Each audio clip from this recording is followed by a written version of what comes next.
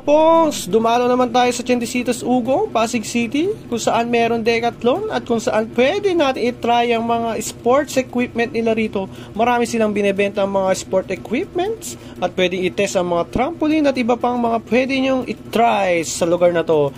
May mga shoes, pants at may mga tumatalbog pang mga bola na kung saan nag-enjoy ang ating mga kids sa mga talbugan nilang pinagagawa. Higit pa doon, meron din mga obstacle course na pang bulinggit at pang pets ata itong mga to. Dahil kasya naman si bulinggit, i-try natin ang sports na to sa bulinggit natin. Ayan, kitang-kita nyo naman tumatawid na si bulinggit at tingnan natin kung magkakasya siya. Right, fit na fit at ayan na, perfect! Congratulations! Meron din ditong golf course na bulinggit kung saan pwede rin kayo bumili ng mga pang golf nyo rito. Murang-mura lang yan. At meron table tennis kung saan pwede kayong mag-play. Pero kung walang bola at walang racket, hindi kayo makapag-play. May archery kung saan pwede kayong mag-try ng mga archery equipment nila rito. Kitang-kita nyo naman tinatry na ni ate ang ating archery equipment. Tingnan natin kung marunong siya. Hindi talaga siya marunong, kaya tulungan na lang natin siya. I-try mo yan, ipasok mo na yan dyan. Okay, pag napasok mo na, ilay mo yan. Pagkatapos ay tumira ka na. Tingnan natin kung kaya mo. Alright! Oy! Perfect 10! Alright, but pagka napagod kayo sa pagtetest ng mga equipments nila, eh syempre pwede kayong mag-relax. At ayan, nagre-relax si bulinggit sa kanilang mga mini sopa. Pero meron din dito mga soccer balls. Saan pwede rin kayong mag-try ng mga balls na sipa-sipain nyo yan dyan. Murang-mura mga soccer balls nila rito. Kitang-kita nyo naman, iba't ibang klase at iba't ibang kulay. Kung saan mag-enjoy sila, may mga rings din dito na pang kids. At syempre, meron din pang adult yan. Kaya naman yan, dribble. Okay, mga bola nito rito ay iba't iba rin at mura. Kitang-kita nyo naman na price, napakamura niyan.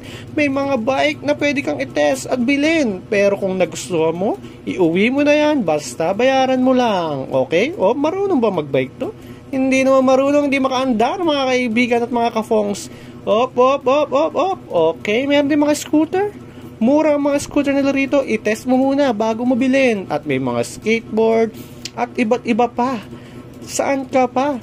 Pero syempre, pumunta tayo rito para bumili. Kaya tara na at bumili na tayo ng ating pang swimwear.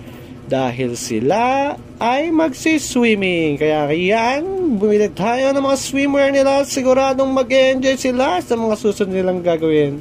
I-try na natin ang swimming wear nila. Alright, sana magkasya. Good luck sa inyo guys. At ayan na mga kaibigan, kitang-kita nyo naman, outfit nila for swimming ay okay na okay. At tuwan-tuwa sila, excited na sila dahil sa pupuntahan namin ay siguradong mag-enjoy sila. Alright, punta na tayo sa susunod na vlog sa Boracay. Bayaran muna natin yan, syempre.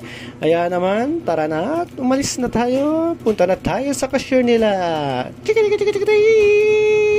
Alright.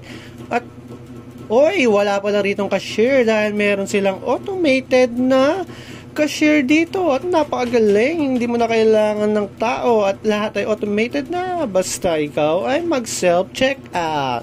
So, pindot-pindot.